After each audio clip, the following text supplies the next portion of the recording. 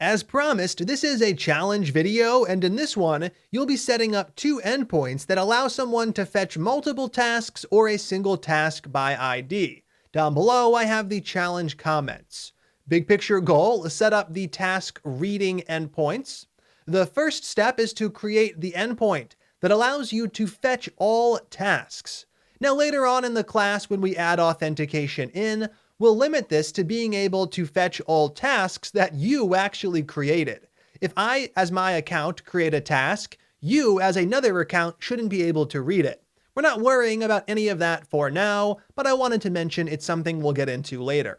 So you're going to set up one endpoint for fetching all of the tasks, then another for fetching a single task by its ID, similar to what we did in the last video for users. Then you'll use Postman to test your work, set up new requests for both of those endpoints, fire things off, and make sure you're getting the correct results.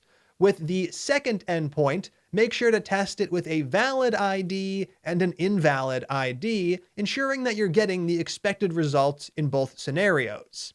Take some time to knock that out, test your work, and when you're done, come back and click play.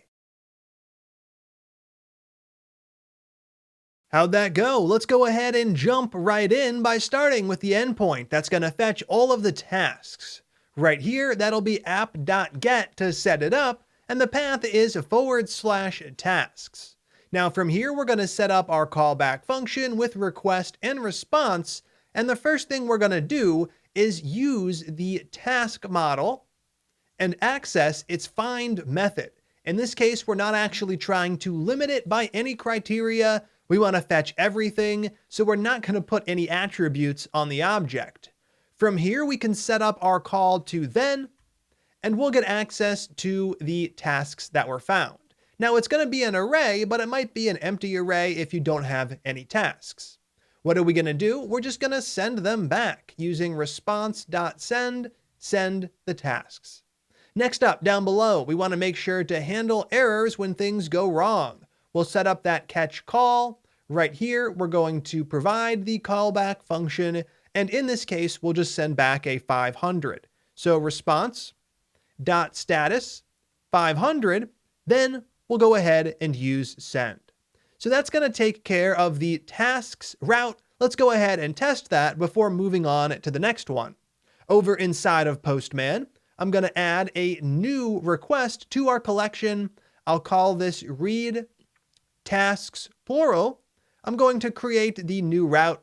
I'll go ahead and save my old one first. Then I'll crack open read tasks and set up the URL, localhost port 3000 /tasks. And if I go ahead and fire that off, what do I get? Down below, I get all of the tasks I've created so far. So that is it for the first route. Let's go ahead and knock out the second one. That'll be another call to app.get, this time providing a path that also contains one of those route parameters. So up above, we had used one for this route, and we'll do the same thing down below. So the route is /tasks /:ID, and once again, getting the request and the response.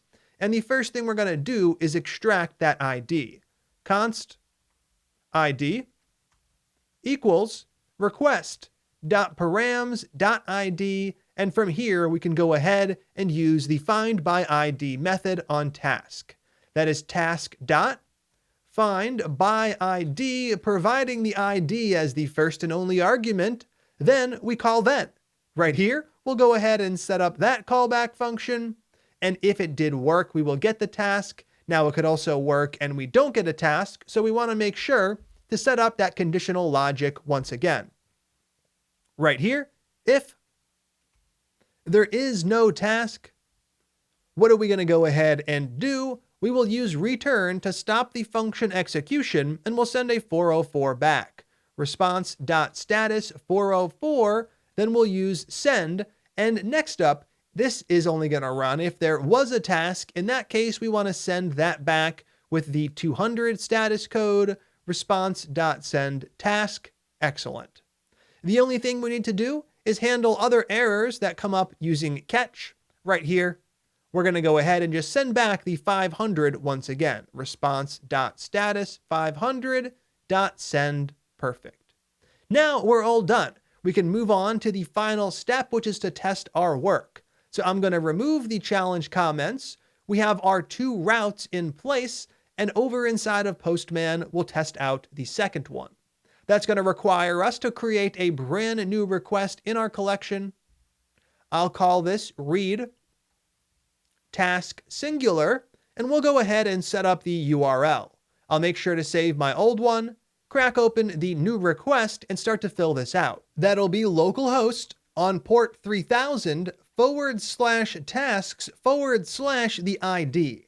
Now I can grab one of the task IDs I had over here. I'll go ahead and grab the one for the task eat lunch. I'm going to take the ID, bring it over to the other request tab, and paste it right in. Now if I go ahead and fire this off, what do I get? I get my 200 and I get my task showing up with description of eat lunch.